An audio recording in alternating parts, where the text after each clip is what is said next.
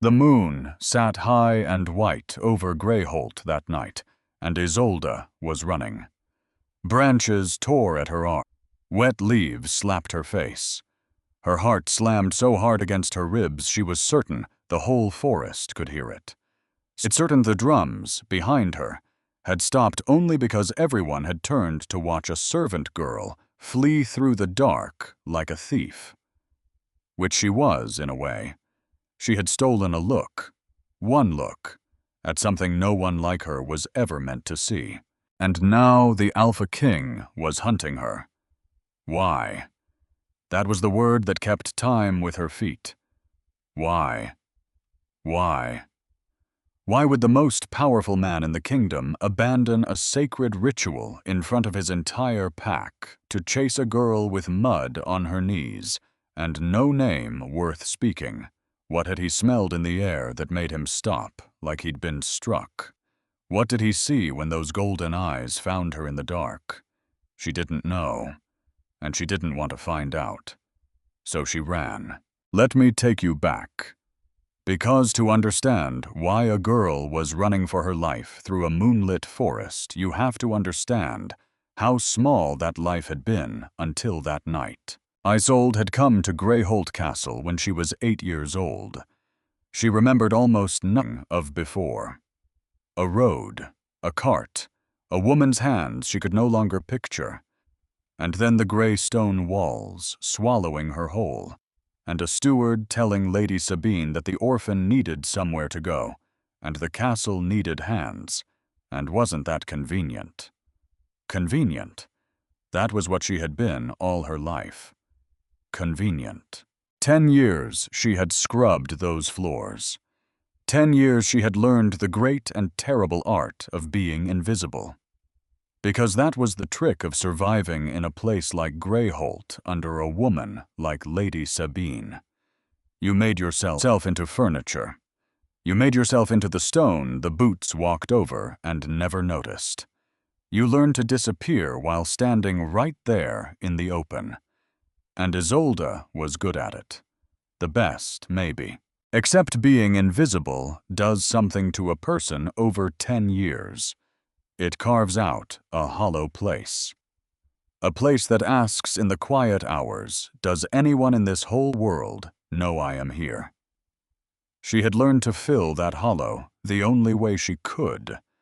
With small kindnesses no one saw. The stable boy half-starved and always cold. She left him bread. Never said a word, just left it where he'd find it. Posy who cried in her sleep and woke ashamed. Isolde would pretend not to notice, then squeeze her hand under the blanket in the dark. And old Hesper, the castle cook, ancient sharp-tongued, with hands gnarled like oak roots and eyes that missed nothing. Hesper was the one person in all of Greyholt who saw her. Every night, no matter how late Isolde dragged herself in from the day's work, there was a bowl kept warm at the back of the great hearth. Porridge or broth, or whatever the kitchen could spare. And Hesper would push it across the worn table with 2 fingers and mutter low so no one else could hear. Eat my girl. My girl. 2 words. But they were the closest thing to belonging Isolde had ever owned.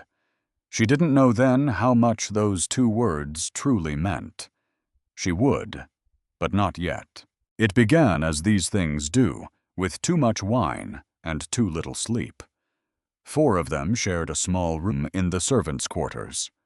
Isolde, Della Posy, and Marta. And on the night before, the silver moon sleep would not come, and the talk turned the way it always did, to the ritual. Once a year, Marta said in the voice she used when she wanted you to lean in. On the first full moon of spring, the whole pack gathers in a clearing deep in the forest. 4 bonfires, drums all night, and Della prompted, and the Alpha walks among the women who volunteer to stand in the circle, and he chooses. Marta let it hang. Not the man. The wolf. The wolf chooses his mate. Posy hugged her knees. My grandmother said it's forbidden to watch. Only those in the ritual are allowed near the clearing. Forbidden. The word landed in the room and sat there heavy and glittering. You know how these things go. Somebody suggested a wager. Whoever hauled the fewest buckets from the well before the dinner bell would have to sneak out and spy on the ritual. And come back. And tell them everything. Isolde accepted with the easy arrogance of a girl who was certain she would win. She did not win. And that is how she came to be crouched at the edge of a sacred clearing in a forest she had no right to enter, watching a ceremony that could get her killed. The clearing was nothing like she'd imagined. Bigger, quieter. Even with the drums, there was a stillness over that ring of stones. A weight in the air, as though the ground itself remembered things older than the castle, older than the pack, older than anything. With a name. 4 bonfires, enormous, throwing gold light that danced and staggered along the tree line. Hundreds of people wrapped in the pulse of the drums. And in the center of it all, him. Alpha King Aldrich of Thornhold. She had heard the maids whisper about him. Too tall to be natural. Hair like wheat at the end of summer. Eyes that changed. But no whisper had prepared her. His back was to her. He walked slow before the line of women, and every step was unhurried, the walk of a man who had never once needed to rush because nothing in the world would dare move before he allowed it. The drums struck 3 times, loud, and Isolde, without meaning to, pressed herself flat against the trunk of the nearest tree. Leave, she told herself. Leave now, you stupid girl. But her feet would not obey, because he had stopped. Not slowly, not the way a man pauses to consider. He stopped as if something had seized him by the spine and hauled him to a halt. His shoulders rose, his head tilted just so, like an animal reading the wind. And Isolde's heart simply stopped. He can't see me. I'm hidden. There's no way. No way. No. He turned his head. Slowly, as if he knew exactly where to look, and his eyes found hers across all that distance, through the dark and the smoke, and the impossible odds of it, and they shone. Not a trick of firelight. Real. A fierce gold that cut the space between them, like there were no trees at all, no night at all, no reason at all, that a nameless servant should be standing where she stood. Which brings us back to the running. Isolde turned and fled, and behind her the clearing erupted, voices rising, and she did not look back because looking back was the one thing that would finish her. She ran without a plan, without a direction. Arms up to shield her, the bonfires falling away behind her, the drums falling away, and only the white moon overhead, watching every step like it too wanted to know. Her foot caught. Something solid under the leaves. A root of stone she never knew. The world tipped. Her arms flailed at empty air, and the slope opened beneath her, invisible in the dark, and she went down. It was fast and chaotic. Each impact swallowed by the next before she could feel it. A branch tore her sleeve. Her shoulder struck something hard, and the world flipped.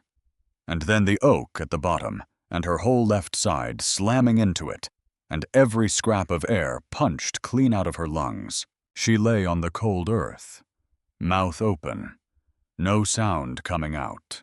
The air came back in one long burning breath, and with it all the pain at once. The shoulder, the ribs, the knees. The palm she'd scraped raw, trying to catch herself. Get up, she thought. Get up. The world spun. She gave up, just for a moment, cheek against the wet leaves, breathing careful and shallow, because the deep breaths knifed along her ribs, and somewhere in the dark, above the slope, a wolf reached the place where she had fallen, and found the trail scattered everywhere, churned earth and broken leaves, and a scent soaked into the soil, spread the whole length of the slope, pointing nowhere. The wolf scented the air a long time. Nothing. Gone. And in the place where the wolf stood, there was an ache that had nothing to do with the ground. An absence that hurt like a presence. The particular pain of a creature separated from something it had recognized as its own before the mind ever had a chance to agree. "Who are you?" the wolf might have said if wolves could speak. The wind carried only the smell of the forest. Nothing else. Isolde came back to Greyholt on the night after the ritual. Up the servant's stair, careful silent, and found the room still lit, the candle by Marta's bed still burning, which meant they'd been waiting. She stopped in the doorway. "You disappeared," Marta said, already leaning forward for the story. "I left early," Isolde lied. "The guard scared me." "Early?" Posy's brow creased. "You were gone a whole day." "I fell. On the slope. Hurt my shoulder. Got lost." Della was watching the torn sleeve. The mud streaked up to the knee. "Are you all right?" "I'm fine." A lie. She did not know if she was fine, because every time she closed her eyes, she saw the gold shine of his finding her in the dark. It was Posy who said it. Quiet. "People are talking. My grandmother said she'd never seen anything like it." Isolde went still.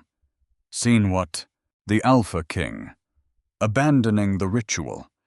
He was standing at the center at the moment of choosing, and everything just stopped. He tried to leave. Twice. The guards had to hold him. Posy hesitated. She said in all her life she'd never seen an alpha do that. The ritual is never abandoned. Never. The room went quiet. And then he shifted. Posy went on softer still. Right there, in front of everyone, and ran for the forest like the whole world had stopped existing. Marta scoffed. "Some animal caught the wolf's eye." "My grandmother said it wasn't." Posy looked at Isolde. No malice in it. Only a strange, gentle curiosity. She said he sensed someone, outside the circle. A pause. "Could it have been you?" Isolde's heart gave one hard traitor thud. "Of course not," she said, and it came out drier than she meant. "I'm just a human, and a servant." They laughed, the relieved kind of laugh, because the idea was too absurd to hold. And Posy, still smiling, said, "But if you ever become queen, will you make me your lady-in-waiting?" A joke, obviously. Except there was something under it that wasn't quite a joke. The tenderness of someone saying, "I'd like to stay near you." Isolde looked at her a long moment. "I'm nobody," she said, and the dryness was gone. Only the plain truth left. "But I'll always take care of you." Posy smiled for real. Isolde blew out the candle and lay down with the mud still on her knees, staring at the dark ceiling, the memory of gold eyes refusing to let her sleep. But sleep, when it came, was not the end of it, because she dreamed of him. In a forest with no bonfires and no drums, only silver light through the trees, and him a few yards off with his back turned.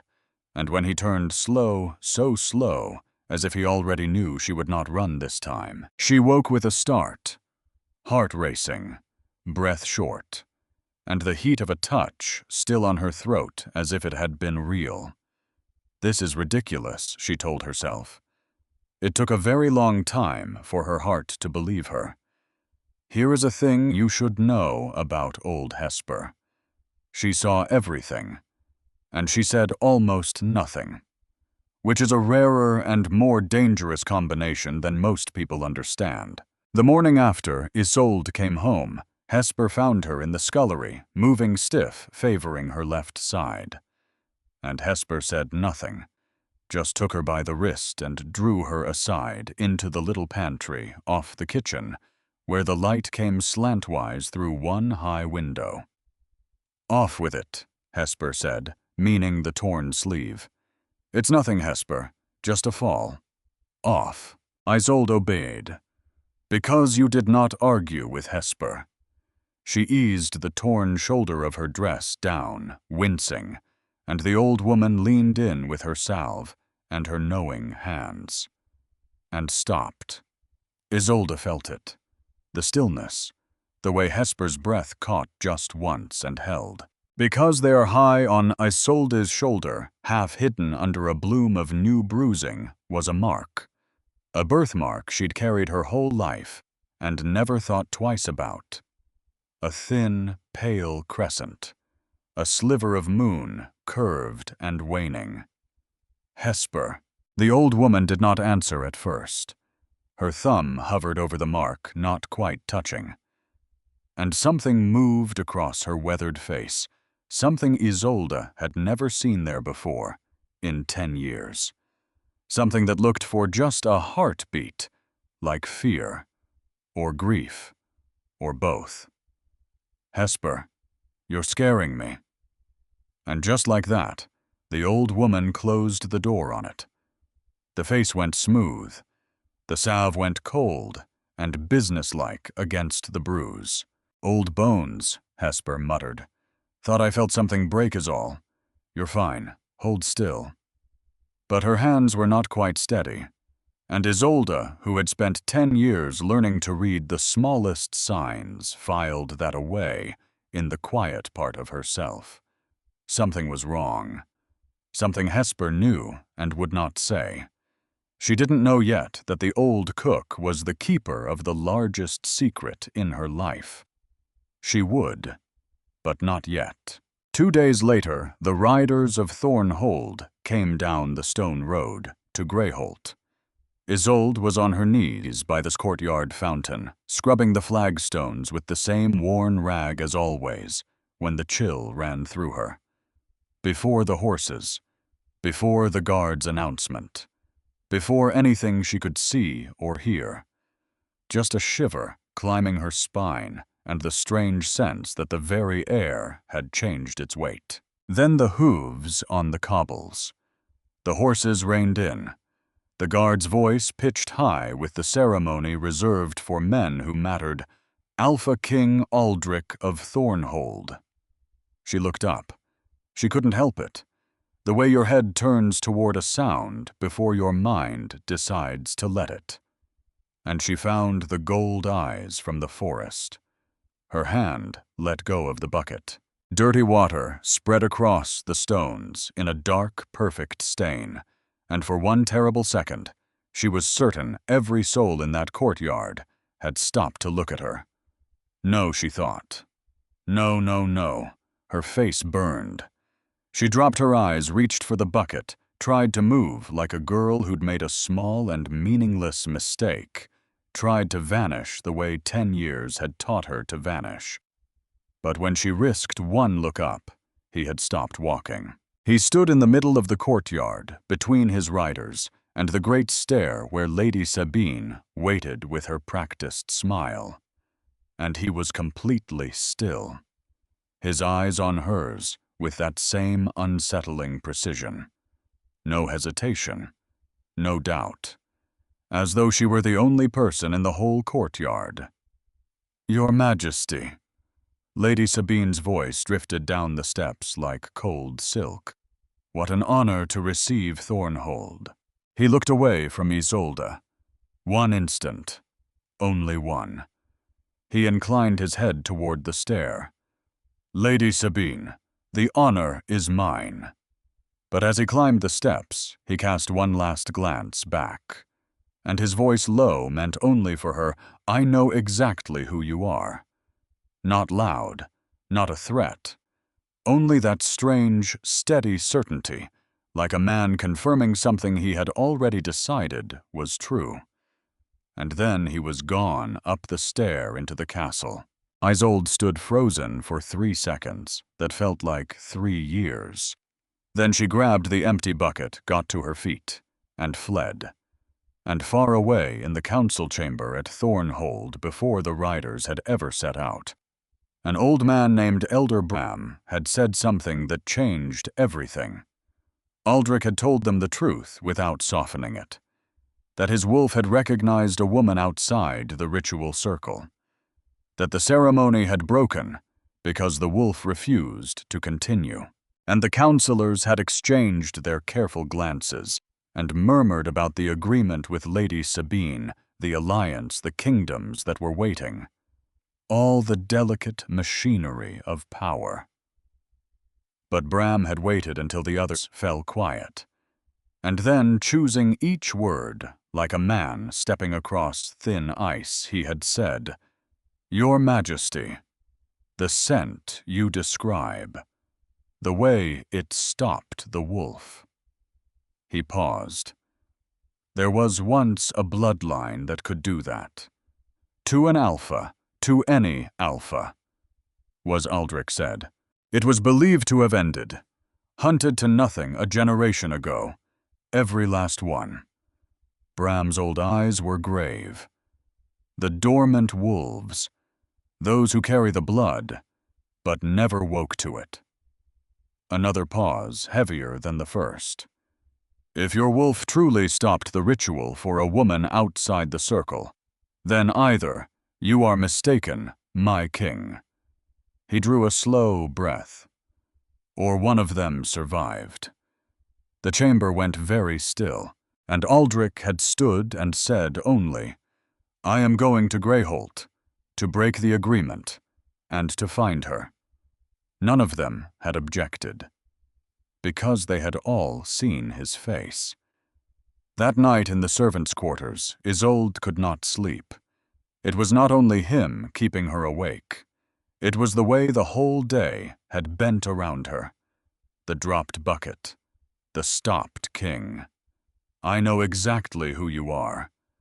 And the look on old Hesper's face in the pantry, the fear that was gone before she could name it.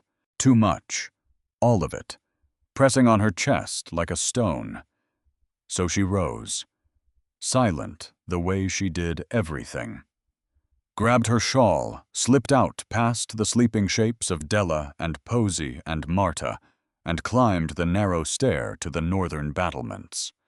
The lonely stretch far from the guards' rounds where she'd gone for years when she needed air and silence and not to be watched. The night up there was cold and clear.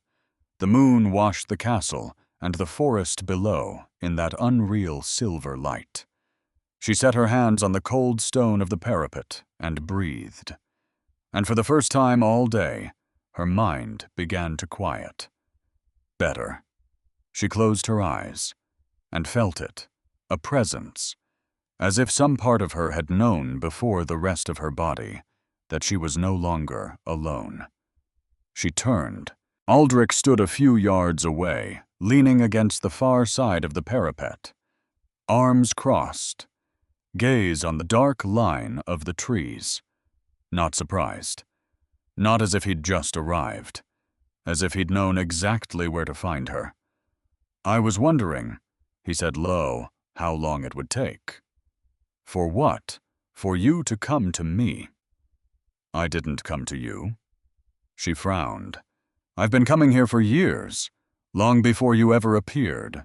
One corner of his mouth moved. Not quite a smile. "I didn't say the place belonged to me." He pushed off the parapet, and the small movement changed the whole distance between them. "I said you would come." Her heart beat harder. "I couldn't sleep. That's all." He studied her too closely. "Couldn't sleep. Or are you afraid of dreaming about me?" Her lips parted. "How does he—" "I don't dream about you," she lied. The slow, small smile that answered her was worse than any word, because it said plainly that her lie had been exactly the confirmation he was waiting for. The wind moved between them, lifting the shawl at her shoulders. "Do you know what my wolf did?" he said. "On the night of the ritual, I heard it abandoned the ceremony. The whole pack saw." "Yes." His eyes stayed on hers. "Because it felt you. You were in the trees, hidden, watching thing you were never meant to see." A step closer. "My wolf stopped everything, tried to come after you." He tilted his head. "That has never happened. Not once. Not in my life." "You're mistaken. I'm not." Another step. An arm's length now. "I spent the whole day trying to ignore this. The council, the dinner, the politics." His gaze dropped briefly to her mouth, then rose again. "It didn't work." "I don't know what you're talking about." "You do." And then, quietly, "Isolde." She went still, because she had never told him her name. "I asked who you were," he said, "after I saw you in the courtyard." A pause that held too much. "You're my wolf's mate." The words fell between them. Plain. Impossible to take back. "And the agreement with Lady Sabine," she said, sharper than she meant. "You came here to marry her." "I came here to break it." "She won't accept that." "No." Half a step. His warmth too near now in the cold, before dawn. "But that's tomorrow's problem." She should have stepped back. She didn't. "I'm only a servant," she said, holding his gaze with everything she had. "I'm not a wolf. I can't be your mate." He looked at her a moment, as if weighing the logic of it. "That may be true," he said, calm, "but destiny isn't something you argue with." And then, "And I'm going to take you with me." She stepped back at last. "I can't go with you." "You can." Low, certain. "And every day you keep refusing this, it will get worse. For both of us." Worse. He caught himself. Shook his head, almost amused at himself. "You'll come to understand it," he finished. Which was not, she suspected, what he'd first meant to say. She gave a small, disbelieving laugh. "I'm not going anywhere with you. Not with a man who takes part in rituals with other women." A different light in his eyes. "Are you jealous?" "No." Too fast. The corner of his mouth curved. "The ritual only happens before an alpha finds his mate. It's part of the tradition." A step. Too close now. And before she could move, his hand found her waist firm, drawing her in. Her heart slammed against her ribs. For 1 second, she stood perfectly still, wholly aware of the heat of his hand, the impossible nearness of him. Then she pulled free all at once, turned, and ran for the stair, and he did not follow. He only watched her go. And when the stair door had closed behind her, he let out a low breath, almost a laugh to the empty dark.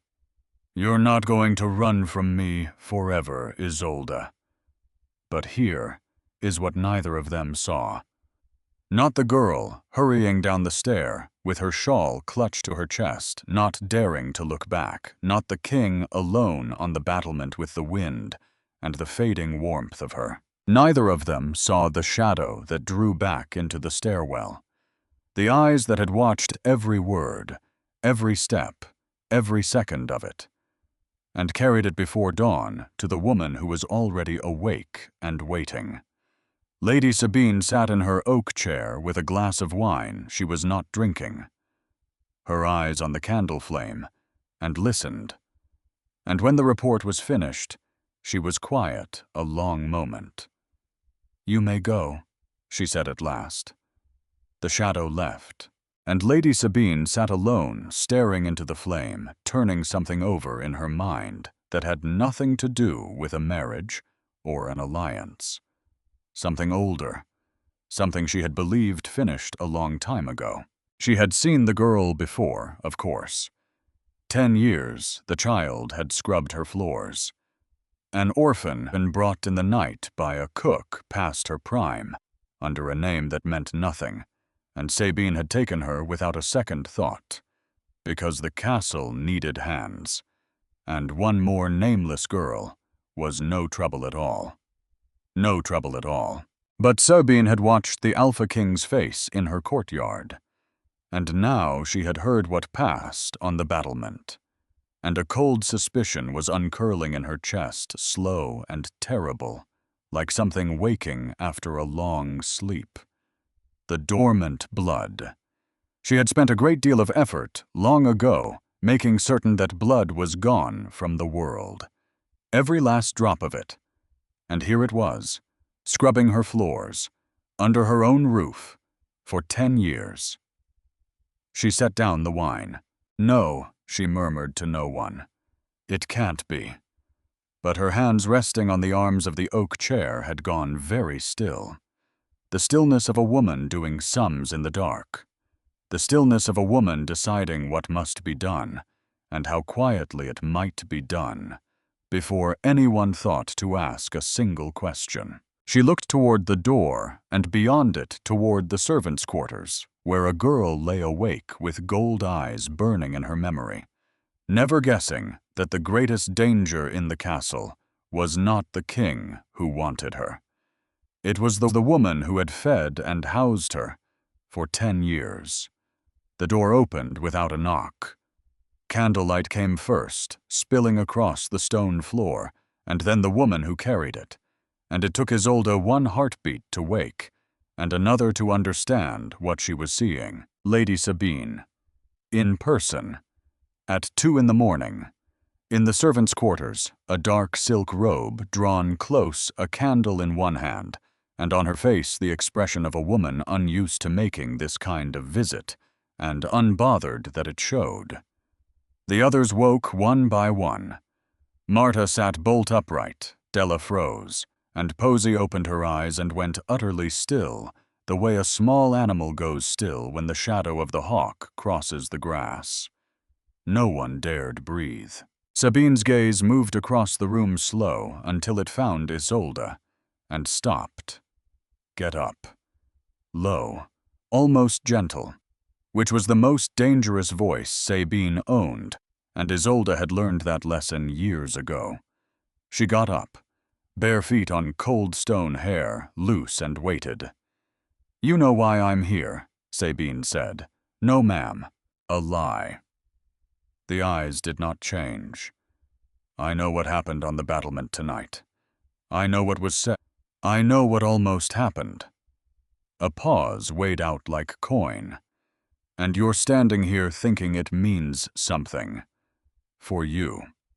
The room was silent as a held breath. "Let me tell you what it means." She took a step, as though time itself belonged to her. "You are an orphaned servant. You came here at 8 years old. You have no name that matters. There is no one in this world who would ask where you'd gone if you were simply gone." Each word set down like a stone on Isolde's chest. "He didn't see you," Sabine went on softer, which was worse. "Men like him don't see women like you. You are the ground he walks on. You are the stone he doesn't notice. You could scrub these floors on your knees for 40 years, and he would never once learn your name." The cold climbed from the floor into Isolde's feet, her ankles, her legs, and she did not move. "You'll take your things," Sabine said, "and you'll leave this castle. Now." A small pause.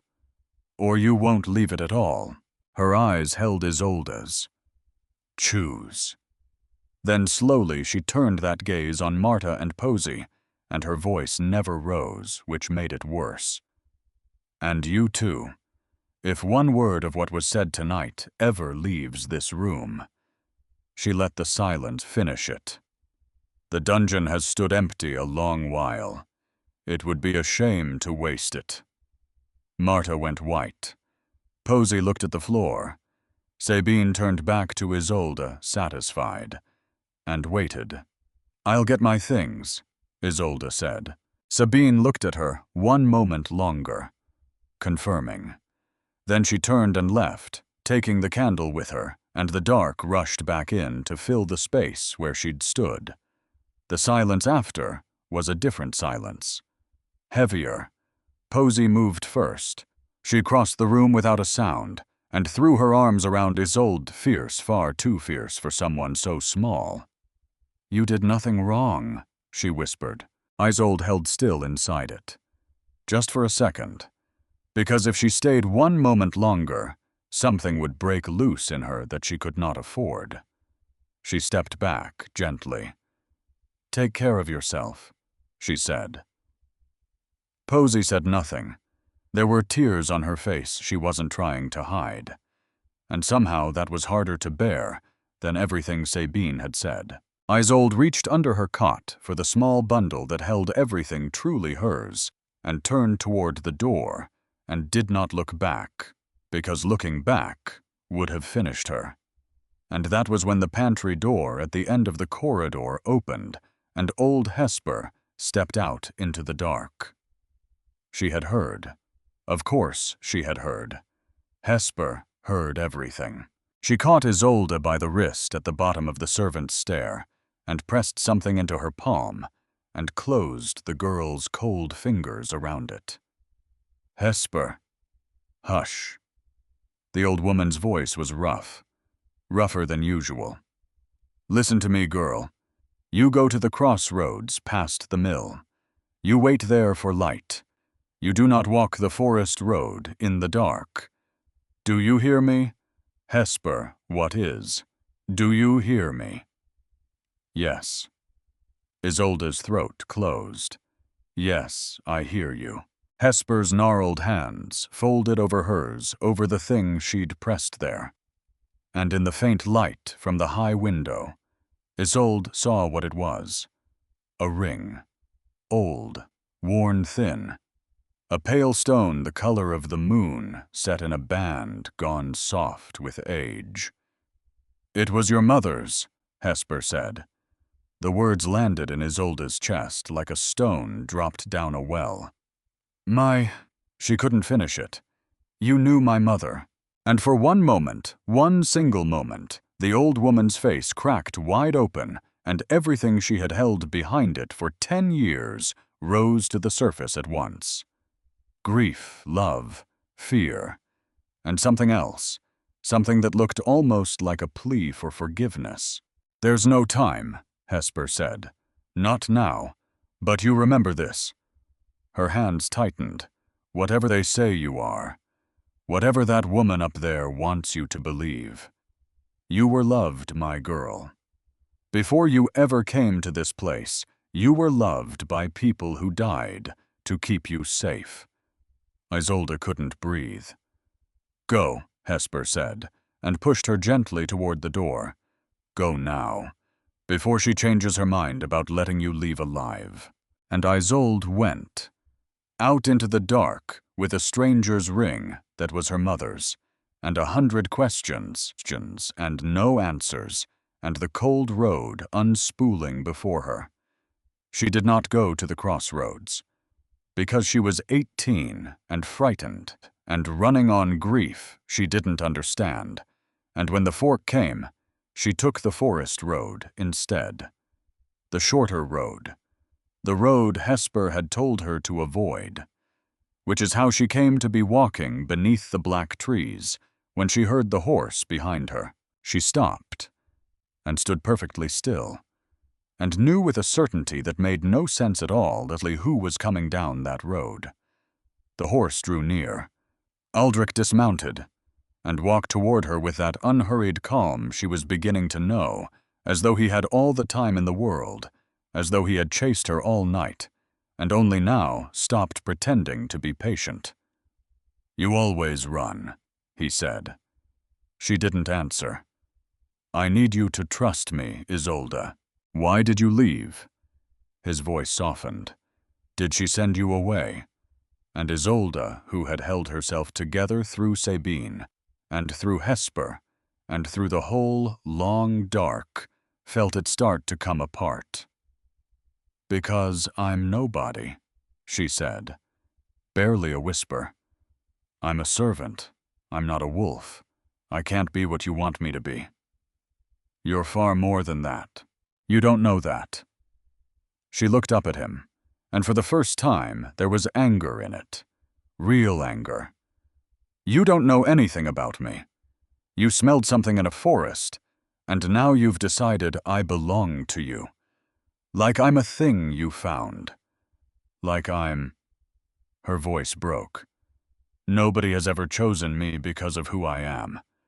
They choose me because I'm convenient, or because of something in my blood I never asked for. And you're just the same." The words hung there in the cold. And Aldrich, the Alpha King of Thornhold, who had never in his life been spoken to that way, went very quiet. "I don't want to be wanted for my blood," she said, quieter now. "I want to be wanted for me, and you can't even tell the difference. Neither of us can." He was silent a long moment, and when he spoke, it was not what she expected. "You're right," he said. She blinked. "My wolf recognized you. I won't pretend it didn't, but you're right that it isn't the same thing as knowing you." He took a slow breath. "So teach me the difference. Not tonight, not by force. Come somewhere safe where that woman can't reach you and let me learn who you are. And if I'm still only a fool chasing a scent, then you walk away, and I'll let you." It was not a declaration. It was something harder and rarer, and it reached the part of her that Sabine's cruelty had never quite managed to kill, because no one had ever offered to learn her before. "Safe where?" she said. "Thornhold." A pause. "You'll have your own room, your own door that locks. Nothing happens that you don't want." His gold eyes held hers. "You have my word, and whatever you think of me, I have never once broken it." The wind moved through the trees, and Isolde, exhausted and grieving and holding her dead mother's ring in a fist she couldn't unclench, made the first choice in her whole life that no one had made for her. "All right," she said. "You teach me, and I'll decide."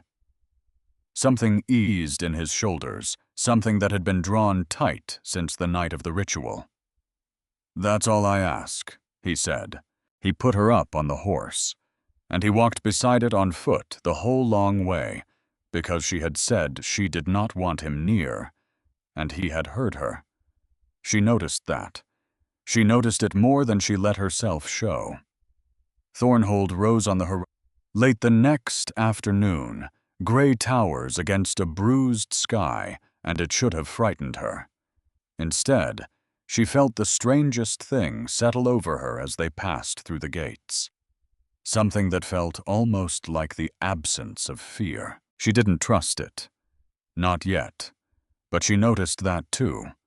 The days that followed were unlike any Isolde had ever known. Because no one asked her to disappear.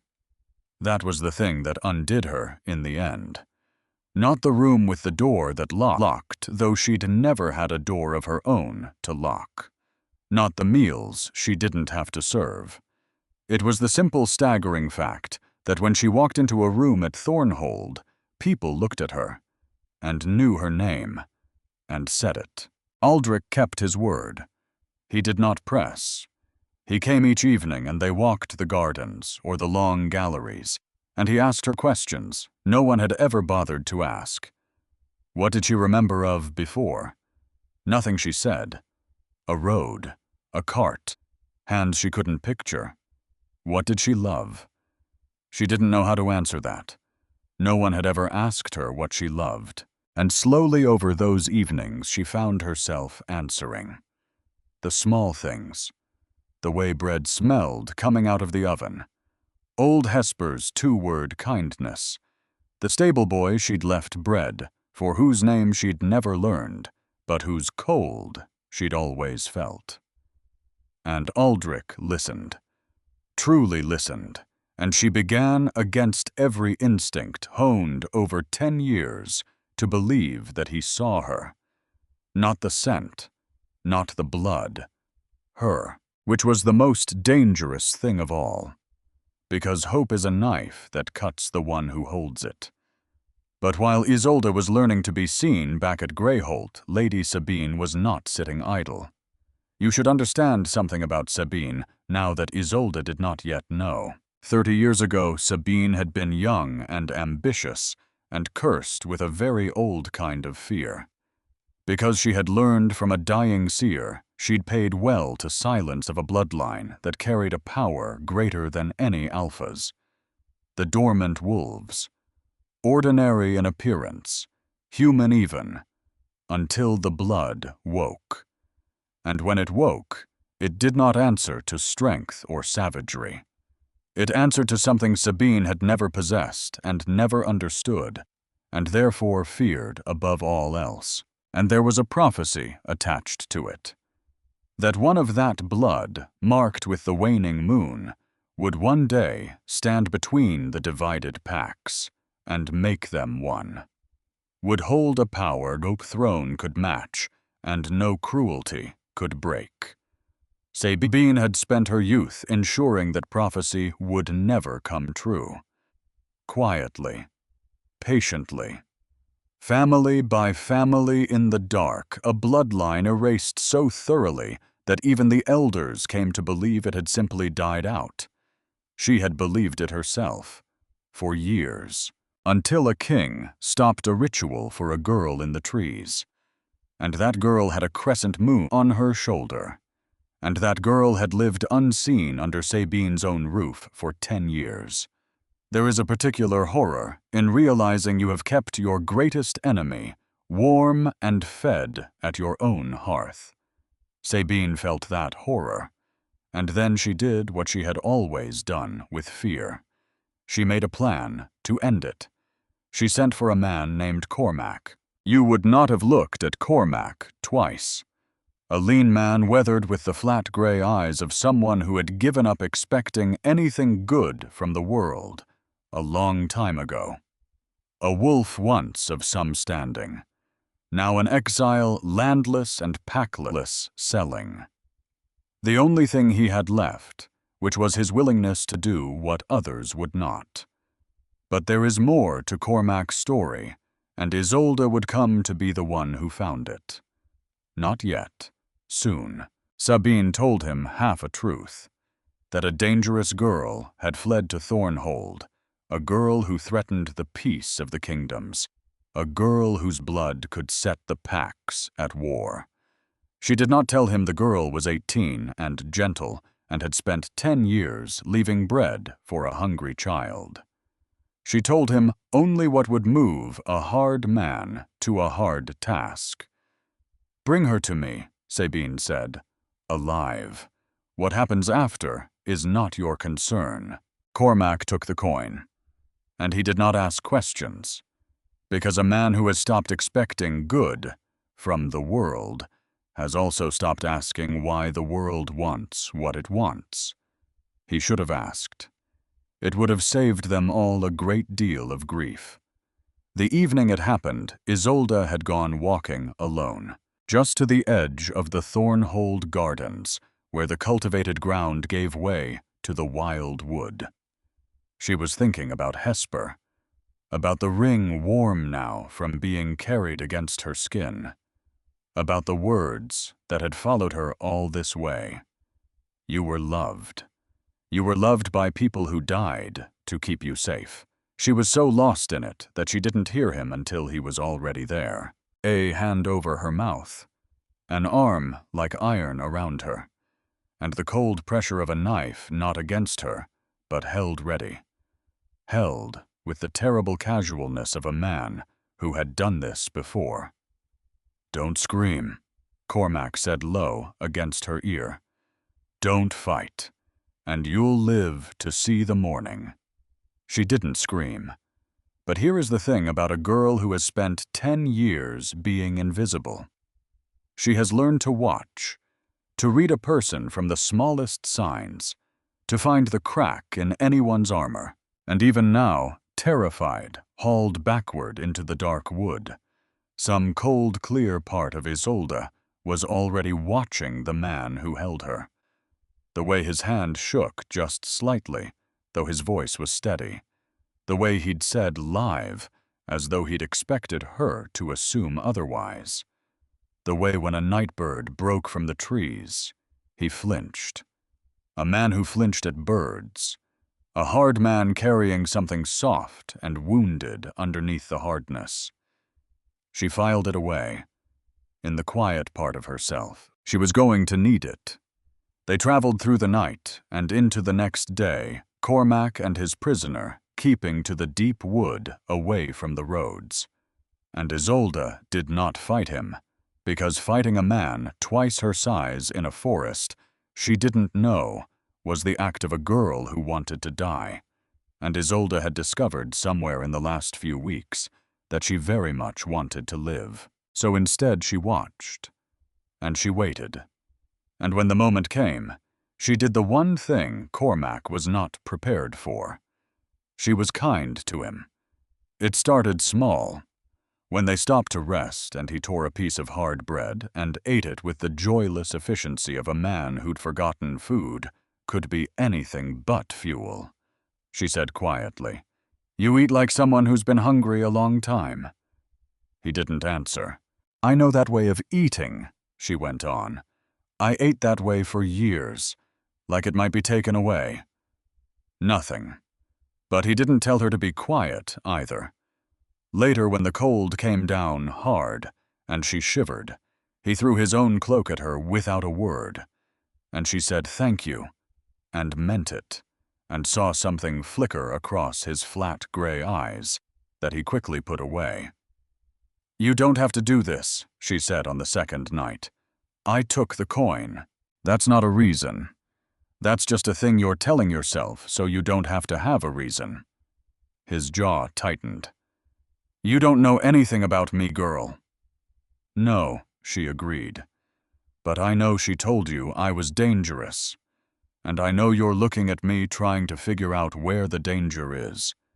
Because you've been at this long enough to smell a lie. And I'm not what she told you I was. Am I?" Cormac said nothing for a long time. Then low, almost to himself, "No, you're not." And that was the crack. The first one. Isolde had found it. She didn't press. She'd learned that too from 10 years of surviving Sabine. You don't force the crack. You wait. You let it widen on its own. So she waited. And on the third day, as they neared the borders of Greyholt's lands, Cormac stopped walking. He stood a long while, looking at the road ahead, the road that led back to Sabine, and to whatever waited there. And Isolde watched his shoulders, and understood that a war was happening inside this hard, hollow man, and that she had helped to start it. "She'll kill you," he said finally, not looking at her. "Whatever she told me. Alive was never going to mean alive for long." "I know," Isolde said softly. "You knew. And you were kind to me anyway.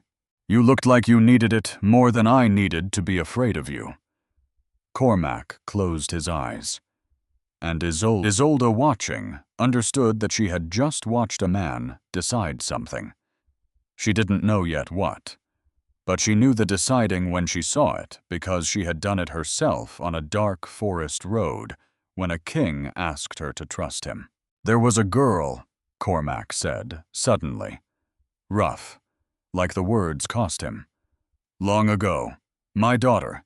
She was—" He stopped, started again. The sickness took her when she was small, and there was a woman who could have helped, who had the medicine, and who let her die instead, because we had nothing to pay with. His flat eyes found Isolde's, and for the first time they weren't flat at all. "You have her way of looking at people. Like everyone's worth something, my girl looked at the world that way, right up until it killed her. Isolde's throat closed. "I'm sorry," she whispered.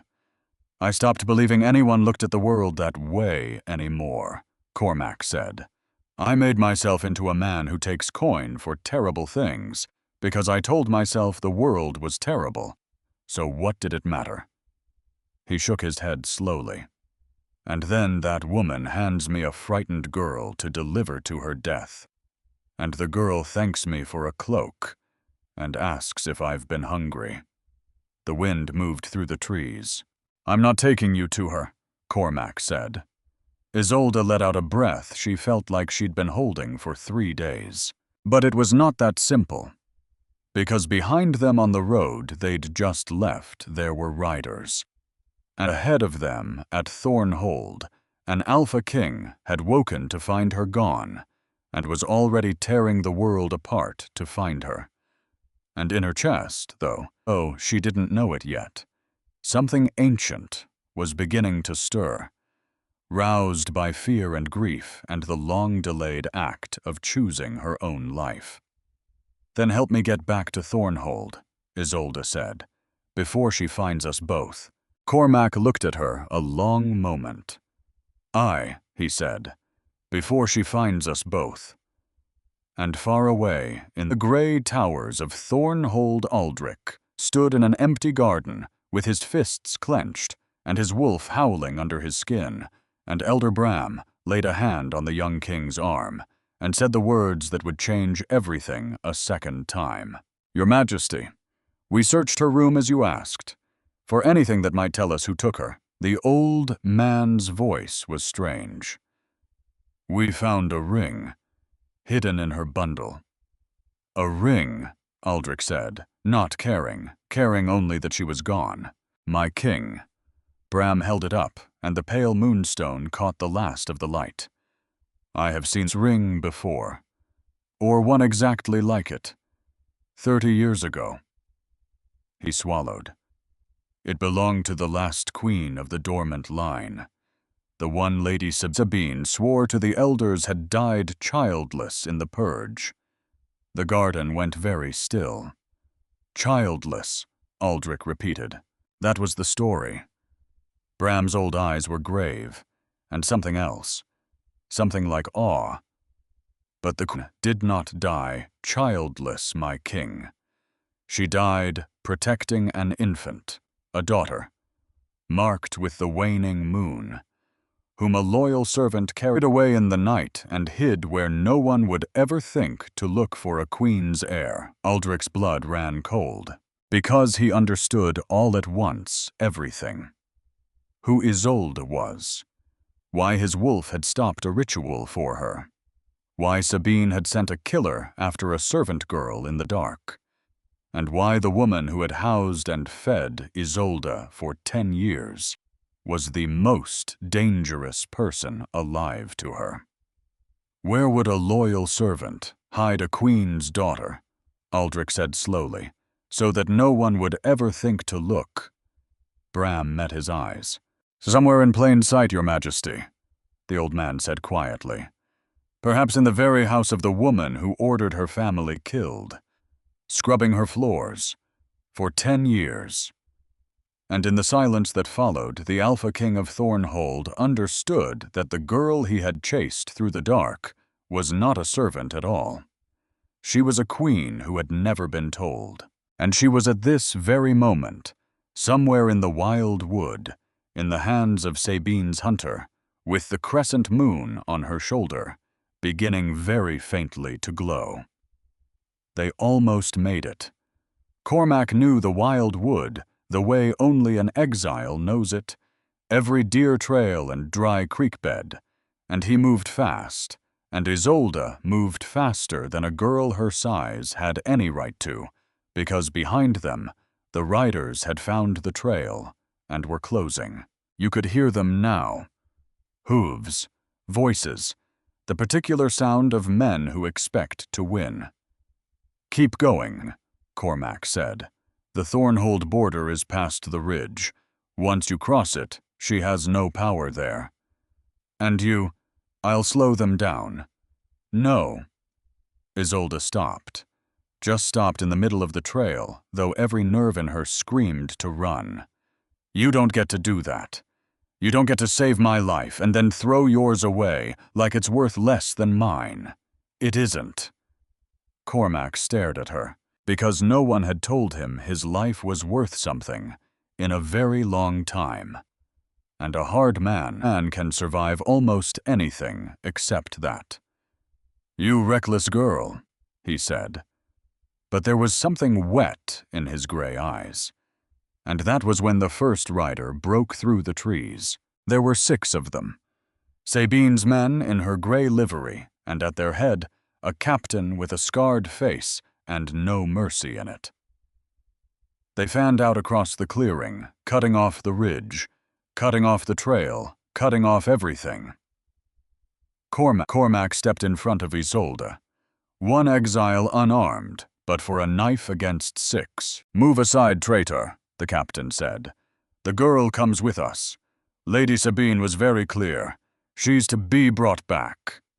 A cold smile. Or she's to be left in the wood, where no one will find her. Her choice was ours to make, in the end. And Isolde understood then with total clarity what alive had always meant. She had never been meant to reach Greyholt at all. Cormac raised his knife. 6 against 1, and Isolde standing behind the only man in the world who had chosen to die for her, felt something crack open in her chest. It did not feel like power. That's the thing no one ever tells you. It did not feel like strength or fury or triumph.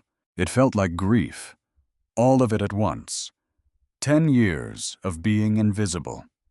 A mother she couldn't picture who had died with her arms around an infant. Old Hesper's 2 words in the dark. A hungry stable boy. A hard man with a dead daughter. Every soul the world had thrown away, gathered up in her chest, and pressing outward and underneath it all. One single thought, clear as a struck bell, I murder not him, not because of me. Not one more person the world decides is worth less. The crescent on her shoulder blazed. Not a glow now. Light, pouring through the fabric of her dress, silver white and cold as moonfire. And the air around her went heavy, the way it had been heavy in the sacred clearing, that ancient gravity, that weight, that muffled every trivial thing. The horses screamed and reared. The captain's cold smile fell off his face, because standing where the frightened servant girl had stood was something else entirely. Not a wolf. Isolde did not shift, did not sprout fang and claw. It was stranger than that, and older. She simply stood, and the light poured off her, and every wolf in that clearing felt it in the marrow of their bones, the thing their blood had been taught to kneel to across 1,000 years. The dormant queen awake, and it had not woken for war. That was the thing Sabine had never understood in all her years of fearing it. It had not woken to destroy. It had woken to protect. Kneel, Isolde said. She did not shout it. She didn't need to. The word landed in that heavy air, and every one of Sabine's men slid from their saddles and went to their knees in the wet leaves. Not because they chose to, but because their wolves chose for them, bowing to a blood older than any order they'd ever been given. The scarred captain knelt with tears of rage on his face, fighting it, failing. And Isolde stood over 6 armed men brought to the ground by nothing but who she was, and felt the terrible power singing through her, and understood in that moment exactly why Sabine had feared it so much that she'd murdered a whole bloodline to be rid of it. Because with this, she could make them do anything, anything at all. Which was precisely why she wouldn't. Get up, she said softer now, and go home. Tell Lady Sabine what you saw. Tell her the blood she thought she'd erased is standing in the wood, and it did not hurt a single one of you." Her voice caught. "Tell her that's the difference between us." The captain got up, shaking, and he looked at her the way you look at something you were raised to believe was a monster and have just discovered is something else. Something that had held 6 blades in its hand and chosen to give them back. They rode away. And Isolde stood there in the fading light until the last hoofbeat was gone, and then her legs simply stopped holding her. Cormac caught her before she hit the ground. "I've got you," he said, and an exile with a dead daughter held a queen who had just spared his life, and the two of them wept in the wild wood for everyone the world had ever thrown away. That was where Aldrich found them. He came through the trees at a dead run, half-shifted the wolf and the man at war in him following the scent and the fading light and the sheer impossible force that had rolled out through the forest like a tide. And he stopped the edge of the clearing and saw her pale and spent held up by a stranger. And he did not draw his blade on the stranger, because he understood the moment he saw how the man held her. Carefully, like something precious, like something he would die to keep. Isolde. Her name came out of him, wrecked. She lifted her head, and even now, even emptied out, she found something to give him. A small, exhausted, crooked smile. "You came," she said. "I will always come," he said, "for as long as you'll let me, and longer than that, if you won't." He crossed the clearing and took her from Cormac's arms gently, and she let him, and something in the wolf under his skin finally went quiet. Over her head, his eyes met the exile's. "You brought her back," Aldrich said. "She wouldn't leave without me," Cormac said, and his voice cracked on it. "Reckless girl." "Yes," Aldrich said, looking down at the woman in his arms. "She is." And that was the first time Isolde heard the Alpha King laugh. They told her everything at Thornhold. Bram gently in the great hall with the moonstone ring set on the table between them where it caught the candlelight. Who her mother had been. What the ring meant. The prophecy of the divided packs and the child marked with the waning moon. And the woman who had murdered a bloodline to keep it from ever standing before her. Isolde listened. And it was strange, but she didn't feel like a queen. She felt like a girl who had left bread for a hungry boy, and finally understood why the hunger of others had always cut her so deep. "You knew," she said to Bram, "about the dormant blood. From the start." "I suspected. I did not know it was you until I saw the ring." The old man's eyes were wet. 10 years, my queen. You were 10 years within her reach, and she never knew. Do you understand what that means? That I was well hidden."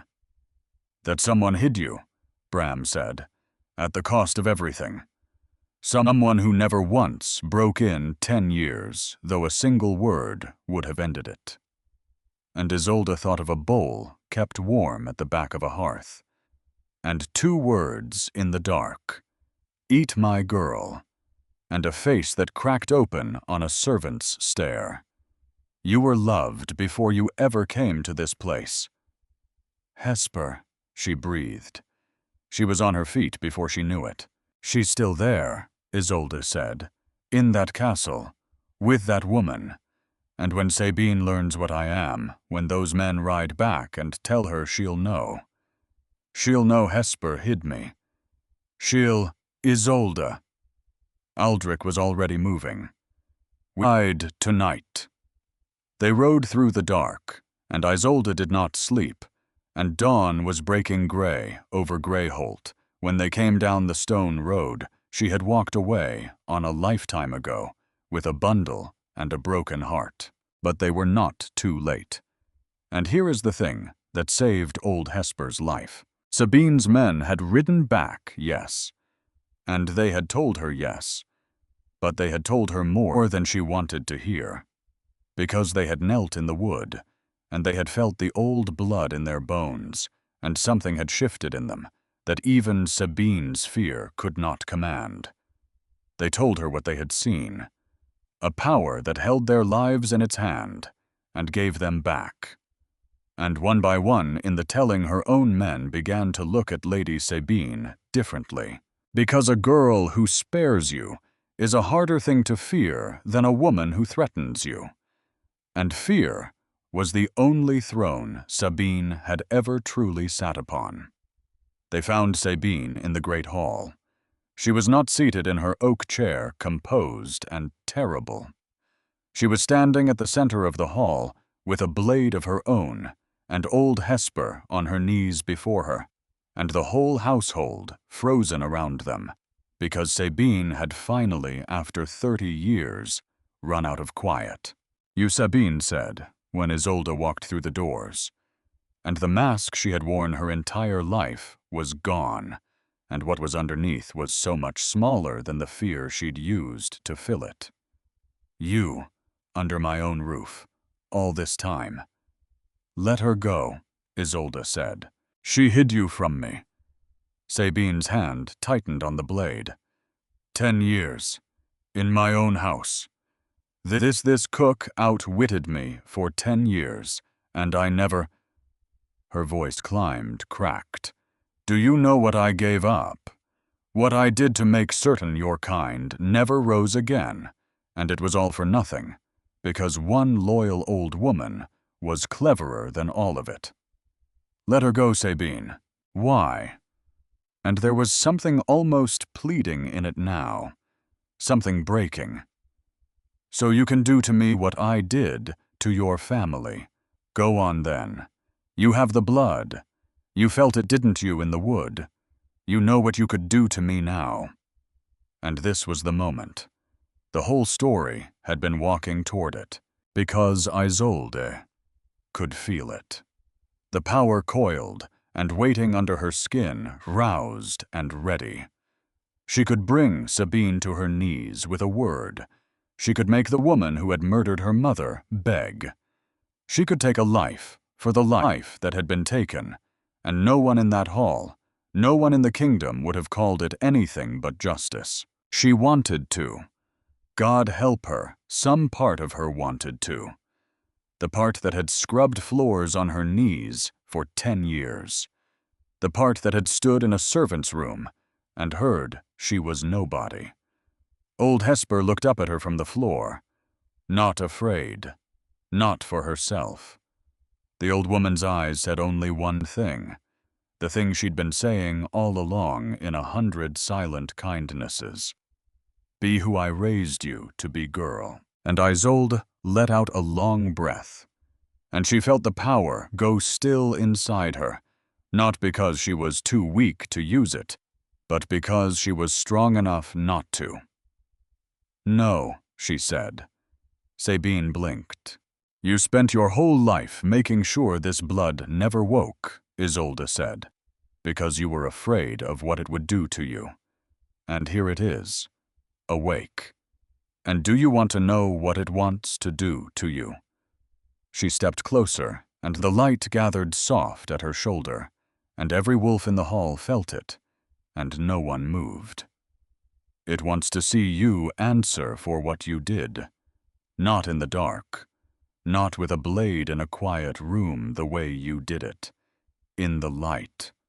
Before everyone, with your name spoken next to every name you erased." The blade trembled in Sabine's hand. "That's not mercy," Sabine said. "That's worse." "It's justice," Isolde said. "You've never been able to tell the difference. Neither could I for a while. But someone taught me." She held out her hand. "Put it down, Sabine. It's over. You don't have to be afraid anymore. That's the only thing you ever were." And Lady Sabine, who had ruled by fear for 30 years, looked into the face of the girl she had failed to erase, and found no fear, looking back, and no hatred either, only a terrible, level clarity. and the blade fell from her fingers and rang against the stone. Cormac and the Thornhold guard took her, and her own men, the ones who had knelt in the wood, did not lift a hand to stop it. Isolde crossed the hall and knelt down, and gathered old Hesper into her arms. "You foolish, foolish girl." Hesper wept into her shoulder. "You came back. For me. You should have run. You should have—" "You didn't run," Isolde said. "For 10 years you didn't run. So no, I came back." And an old cook who kept the largest secret of her life held the queen. She had raised from an infant, and for once in her life, old Hesper had nothing sharp to say at all. They tried Lady Sabine in the light, as Isolde had promised, before the assembled elders of both packs, and the free folk of Greyholt, and the survivors, the few there were of the families she had erased in the dark. Every name was spoken, every one. It took a long time. That was the point. She had done her killing quietly, in a way that let the world forget. And so her judgment was loud, in a way the world would remember. She was not put to death. Isolde would not have it. She was stripped of her lands and her titles and her power to command, and she lived out her days under watch in a small room with nothing at all to fear, which for a woman who had lived on fear was its own kind of sentence. And some people said Isolde was too soft, that the woman deserved worse. But the survivors of the erased families did not say it, the ones who had lost everyone, because they, of all people, understood that another death would not have given them back a single soul, and that the girl on the new throne had chosen instead to give them back their names, which was the one thing they had truly lost. The mating ritual took place on the first night at Thornhold. There were no bonfires, no drums, no crowd. Only the inner chamber, ancient stone and candlelight, and the elders in a semicircle, with the faces of people who understand. They are witnessing something that does not happen twice. Aldrich stood before her. "Are you going to run?" he asked. Low, only for her. The corner of her mouth shifted. Not this time. The eldest spoke words in a tongue she didn't fully know, but she felt the weight of every syllable land in her bones, and there was recognition in it, older than ceremony. And when the words ended, Aldrich lifted his hand and moved her hair from her shoulder. Slow, careful. A man who understood the weight of what he was about to do and felt no need to rush toward it. His fingers traced the curve of her neck, and the air caught in her throat. His eyes met hers one last time. She nodded. He lowered his head. The bite came with a pain she hadn't expected, a wave of it radiating outward, through her chest and her arms and her spine to the very tips of her fingers, as though every part of her were being rewritten at once from the inside in ink that hadn't existed before. And inside the pain, something else. A bond. Tangible. Real as the floor beneath her. A thread of warmth binding her to him, with the solidity of a thing that had been waiting to exist far longer than either of them had been alive. She felt his wolf. Her legs gave, and his arms were already there closing around her, holding her up with an ease she would have mocked him for at any other moment. "I've got you," he said. "I know," she said. And she did. She woke to golden sunlight. And she was different, and so was he. And the counselors said she had completed him in a way none of them had expected, that he was stronger for her. Denser, more present the way. A thing is more itself when it finally finds the missing piece. But Isolde didn't care much about that, because there were other things to do first. which is how a new queen spent the first full day of her reign, not on politics, but on a horse riding back to Greyholt, to collect her family, because that is what they were. She understood that now. Not the family blood had given her, though she would honor that too, and speak her mother's name until everyone knew it. But the family she had made in the dark out of small kindnesses when she had nothing else to give. Posy came running across the courtyard and hit her so hard the embrace nearly knocked them both down. "I knew it," she wept. "I knew it would work out. I knew." "You knew nothing. I knew everything." Della appeared behind her, trying very hard to look as though she had not been crying, and failing at it completely. And behind Della came Marta, quieter than the others, the arrogance all gone out of her, and when Isolde caught her eye, Marta only said low, "I'm sorry. For that night. For all the nights I called you nobody."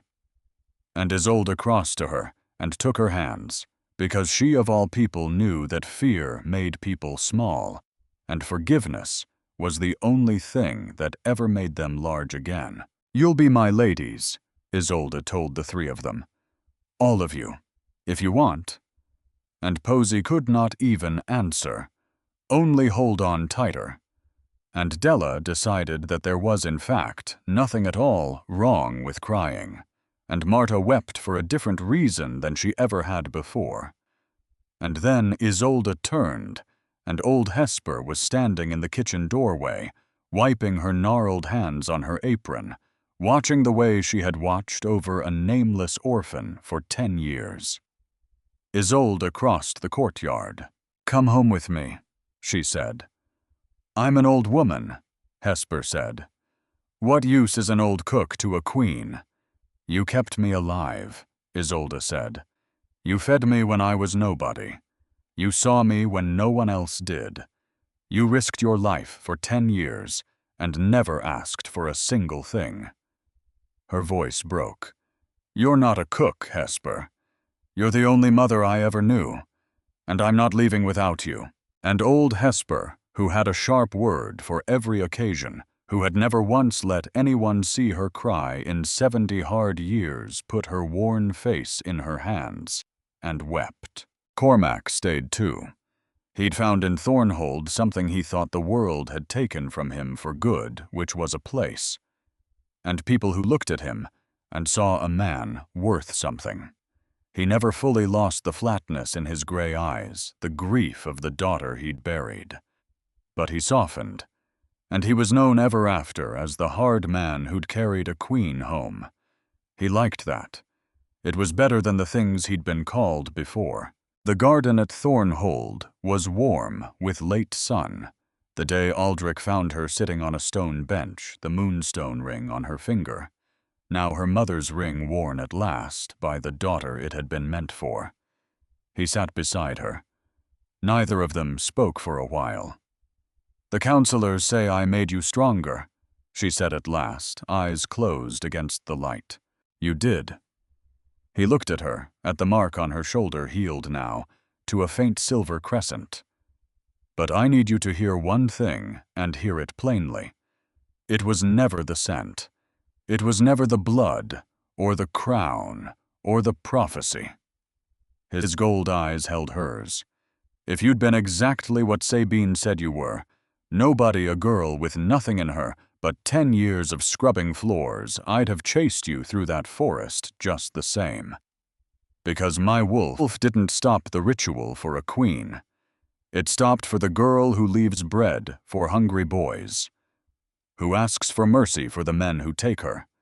That's what I love, and no throne gave you that." Isolde looked at him a long moment, and she thought about a life spent making herself small enough to disappear, and how long she had believed that being unseen was the only safety the world would offer a girl like her, and how wrong that had been. She lifted her hand to his face, traced the line of his jaw, slow, with the ease of a woman who had finally learned there was time now and no need to hurry. "I spent my whole life believing I was worth nothing," she said, "because no one important ever noticed me." She smiled, and it reached all the way to her eyes. But the people who mattered were noticing all along. A hungry boy, a frightened girl, an old cook with a warm bowl, a broken man on a forest road. I was never nobody. I just kept looking for my worth in the wrong faces. And now I know where it was the whole time. She pressed her hand flat over her own heart. Right here. In how I treat the people the world throws away. That was the crown all along. The garden was quiet around them, warm and gold. "I love you," Aldrich said, "more than anything in this kingdom." And Isolde, who had once run from him through a dark forest, who had once believed she deserved to be invisible, leaned in and did not run. "I love you too," she said. And somewhere in a warm kitchen, an old woman hummed over a pot, and 3 young women laughed in a sunlit corridor, and a hard man sat in the garden's shade, and for the first time in years was not counting everything he'd lost. Because a girl who had been taught she was nobody had grown into a woman who taught a whole kingdom a single quiet truth, that the smallest, most invisible soul in any room might be carrying a light that could bring kings to their knees. And that the truest measure of any one servant or queen was never the blood in their veins. It was who they chose to be kind to when they thought no one was watching at all.